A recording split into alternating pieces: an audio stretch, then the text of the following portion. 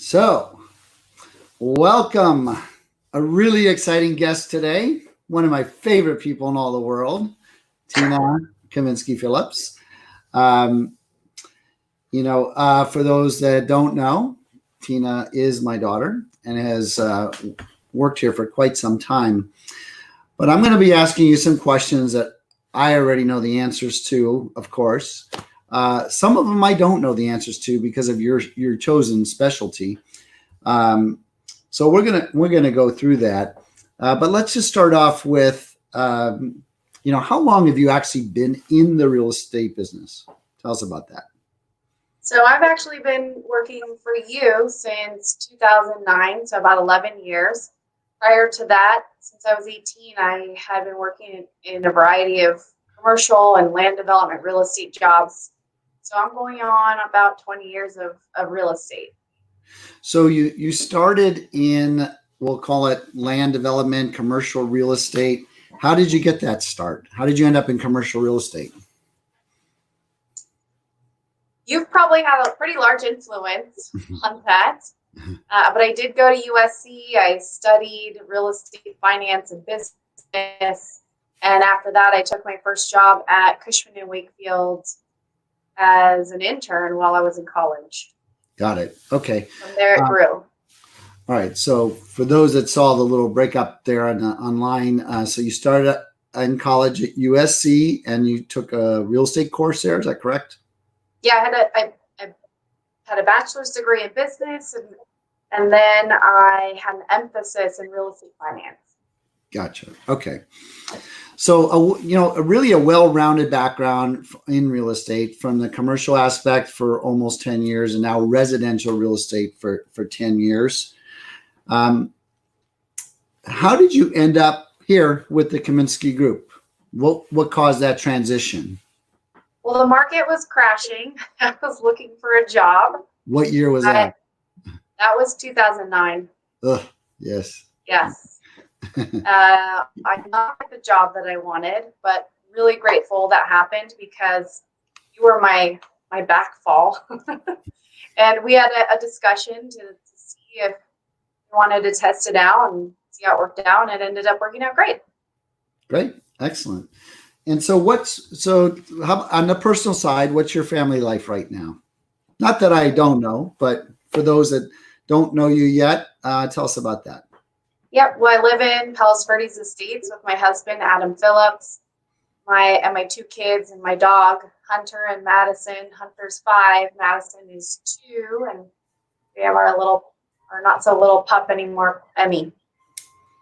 The 2 most beautiful children in the world, you forgot to mention. Yes. Yeah. Great.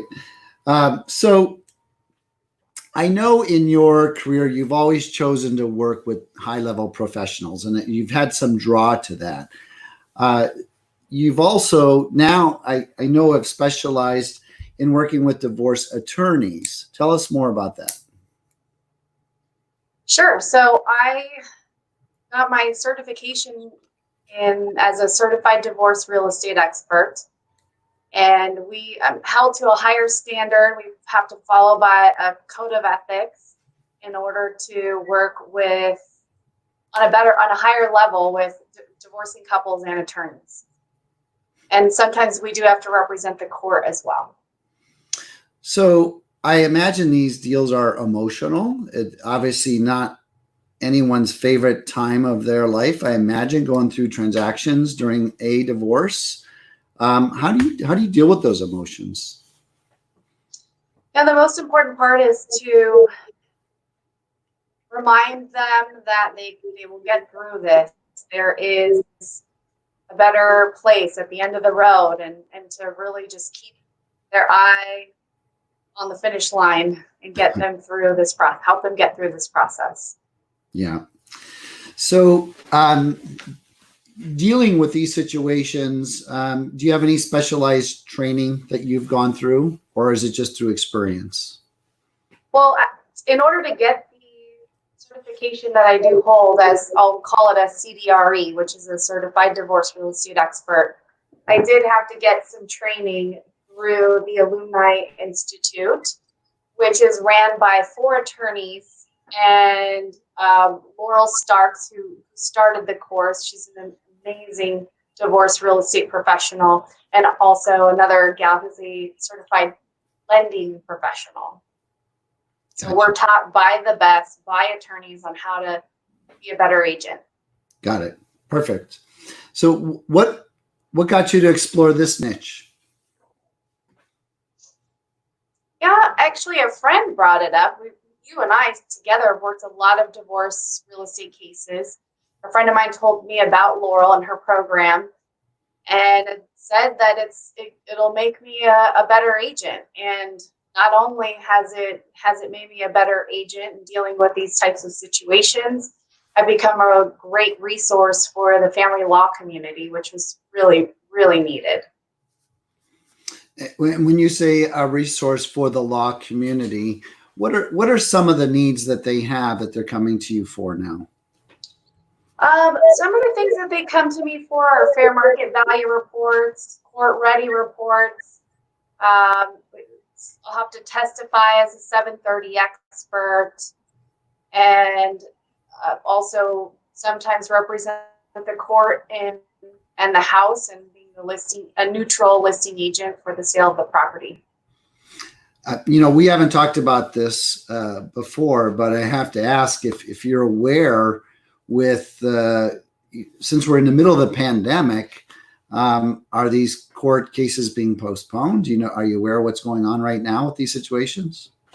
Yes, right now the courts are only open for emergency hearings. So criminal, child custody cases.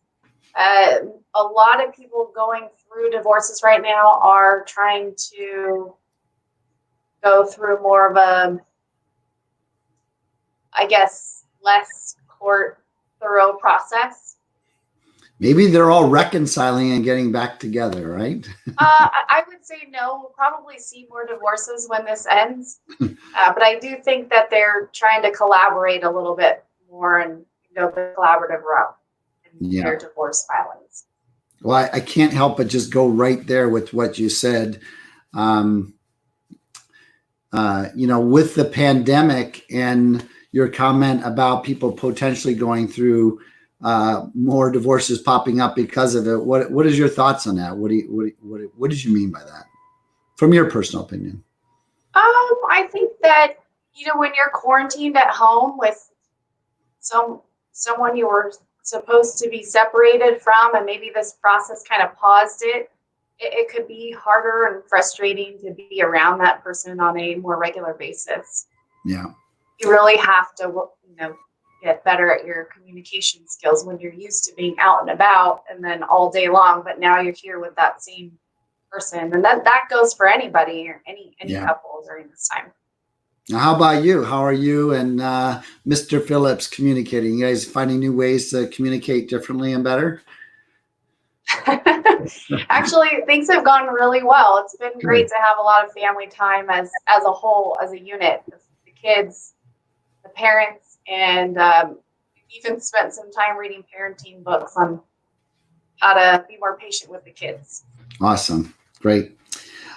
So back on our topic here, what's one word of advice that you'd give a seller going through a divorce that needs to sell their home? Well,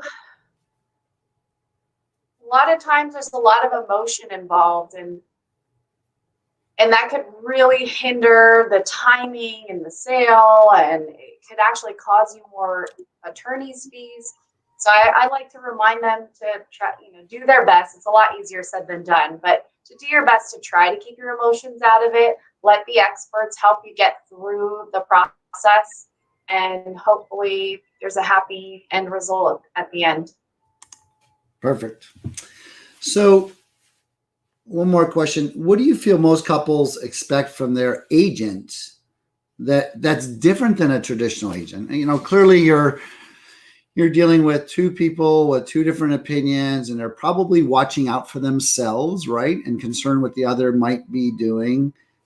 How do you have to be different for these clients that's maybe different than a regular agent? Yeah, that's a great question. I think one of the most important things that we're trained on is how to help them mediate through the situation and to be a neutral third party. So, a lot of times you'll have the wife say, well, I want this person because it's my best friend, and I want this guy because he's my best friend, and you've got everyone taking sides. You represent the house, not the couple. So you have to make sure that the agent that you hire is a trusted expert like a CDRE and knows how to navigate through those situations.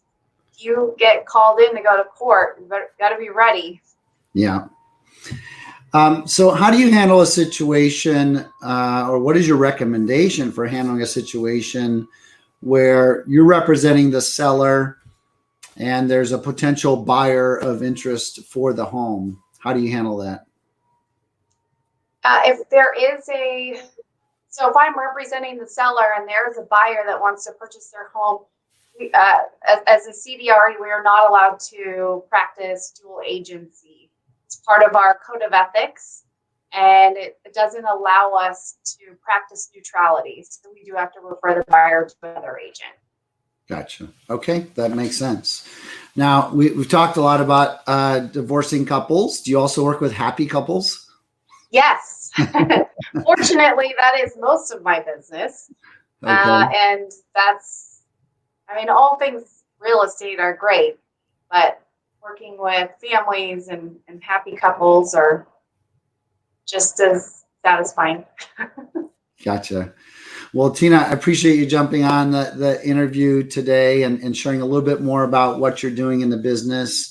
And I can't tell you how proud I am of you and the hard work you're doing for all of our clients. You do an amazing job. I get nothing but great emails and phone calls about you, and I'm proud of you. Thank you very much for your great work. Thank you. I've only learned from the best. One other question, or just a comment. Is there anything else you'd want to add at all about what we talked about or share with the audience today? Oh gosh. I have a website in case any attorneys are watching where you can access some information or request information from me, and that's www.southbaylegaldocs.com. So www.southbaylegaldocs.com? Yes. Perfect. Well, again, thank you, Tina, for jumping on. I appreciate it. And obviously, anyone out there watching, you know how to reach us. We appreciate your support. Be safe, and we will all see you again soon. Thank you very much. Thank you.